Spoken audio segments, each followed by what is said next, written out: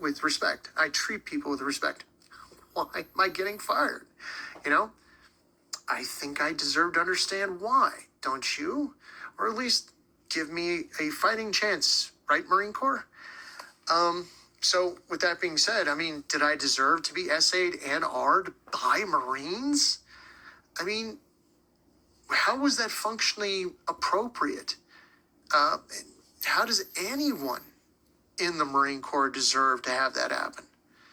I mean, why? Courage, you're supposed to be courageous. How are you courageous if you're doing this to men and women in the Marine Corps? You know, you're supposed to be standing up for justice. I mean, you fictionally talk about, guarding the gates of heaven or guarding the gates of hell. Well, to be a guard means you uphold the law.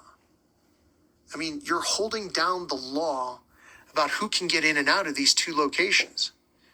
But yet in the real world, you violate the law, you conduct criminal acts. It doesn't jive. It doesn't rhyme true. So what's going on here, guys? Why are you SANRing men and women? You don't have the guts to meet a woman or meet a man like a normal person? What's going on here, Marine Corps? 178,000 of you. What's going on, guys? So,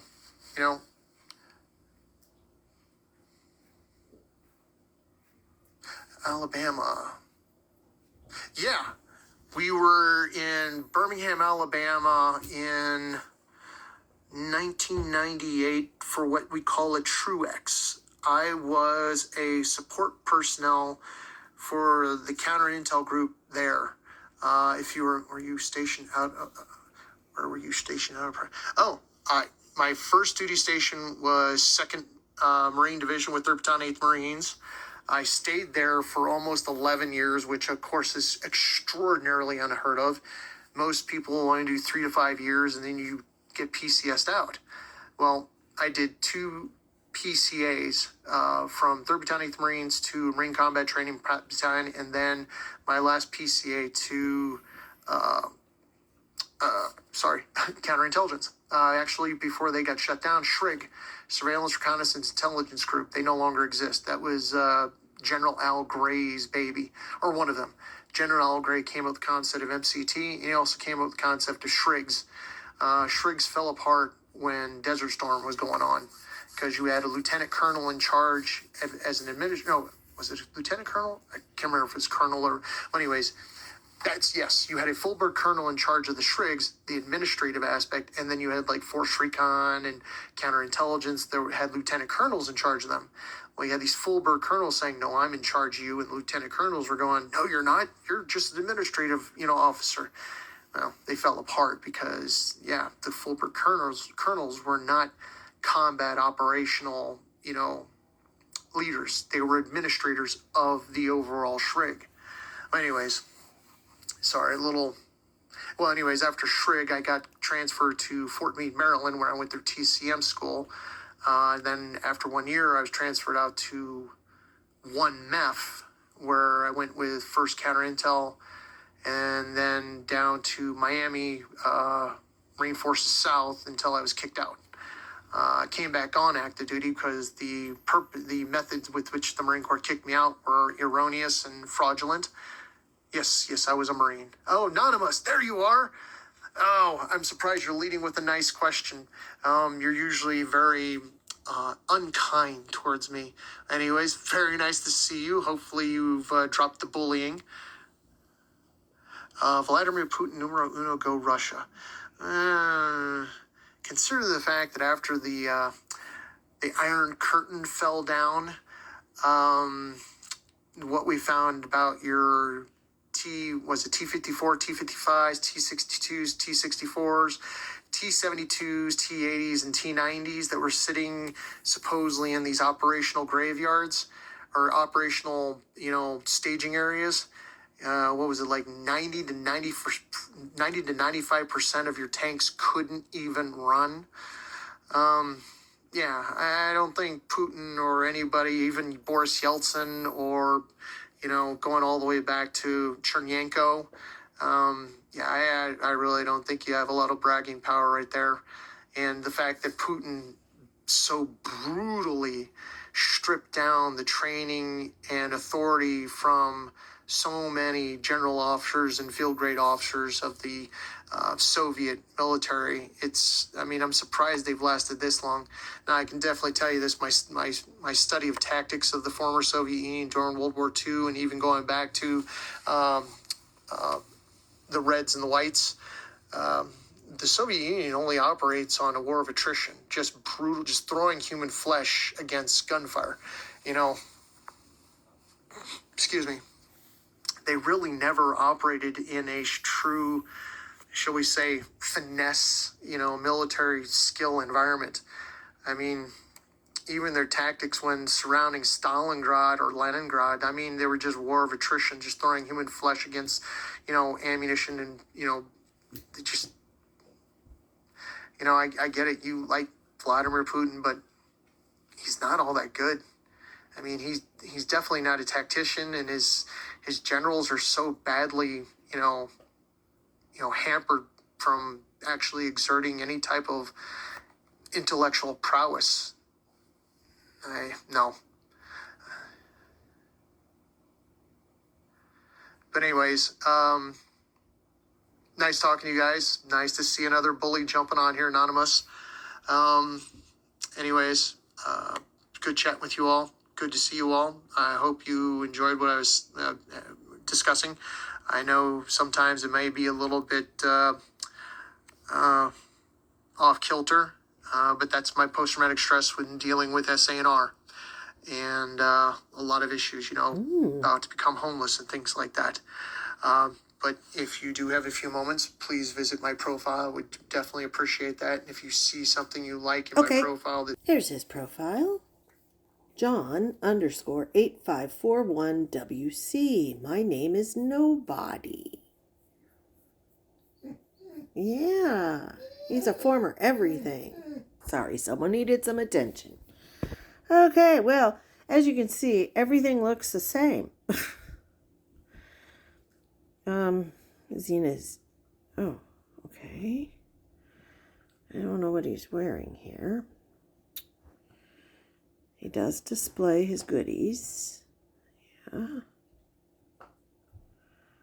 Okay. Kind of like for... Oh. It's a lot of stuff there. His picture. Okay. So as you can see, he has chapters. He has like part 1, part 2. Okay, so we'll listen to this one so you get it background. So I've been unceremoniously discharged from active duty Marine Corps. I'm now on what they call the temporary disabled retirement list under false pretenses. So there's that. I think I've discussed that a little bit already, but all of the medical diagnoses are false. And the Marine Corps likes that because they weaponize my medical diagnoses to do everything they can to either deny employment, to even deny my daughter the ability to finish out her education at her elementary school on Okinawa. Now, that's not what this video is about. This video is about my drugging and R. So, again, I've been discharged, and I'm completely alone. No friends, no family. The closest my mom and dad are Virginia, and I'm all the way down in deep in the heart of Miami. And so I barely am getting a little under $2,000 once a month. I still have to pay bills. I've got high credit card debt. The lawyer that I hired to protect me from my non-judicial punishment didn't do anything, and then tried to extort me for another $15,000 after he'd finished what he said he would finish. And so every so often, like every 2 months, I'm able to save 10, 20, maybe $30, and I go and get a couple beers or whatever. This time I got a little bit, I guess, shall we say, frisky, and I went down to Cocoa Walk, which is a very kind of an exclusive area. You can look it up, Cocoa Walk, COCO Walk. It's all one word if I remember correctly. And there was Hooters down there. There's a movie theater and some nice restaurants and bars. A lot of the University of Miami and FIU, Florida International University students like to go. So, now you're probably thinking, wow, the old man is going down. Well, there's no place else I can go. I've tried going down to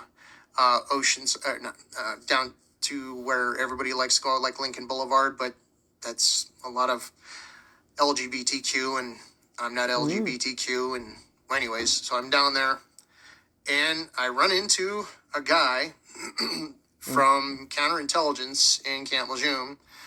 I know of him, so technically, because we were assigned to the same unit, I served with him. If I remember correctly, he's kind of subcontinent Indian, from Mumbai kind of location.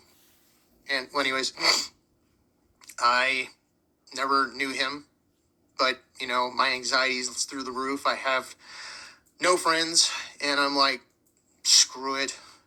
So I started hanging out with him. Well, we end up at a bar across the street from Cocoa Walk, and it's like a dance club bar, and I haven't drank a lot. You were frisky. Maybe 2 or 3 long neck buds or something.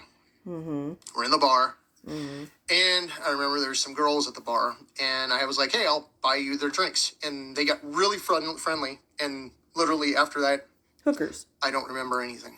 I completely gone. So the next morning, I wake up, and as I wake up, I have no clothes on. I'm completely not socks, underwear, everything's gone. I can't even see my clothes. And as I kind of come out of my stupor, he's standing in front of me. I think he's wearing like maybe Adidas shorts. And I thought he was going to say he was wearing his clothes. He looks at me and goes, "Gotcha now." What? Anyways, he's just drugged and R'd me. What? And I know that the only thing I know is he owns a black Harley Davidson V-Rod, and I can still see it.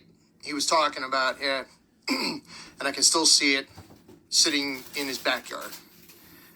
And so his backyard. I just tell him I want to go home. And so he knows where I live too now. So he drives me home, and that's the whole story behind that.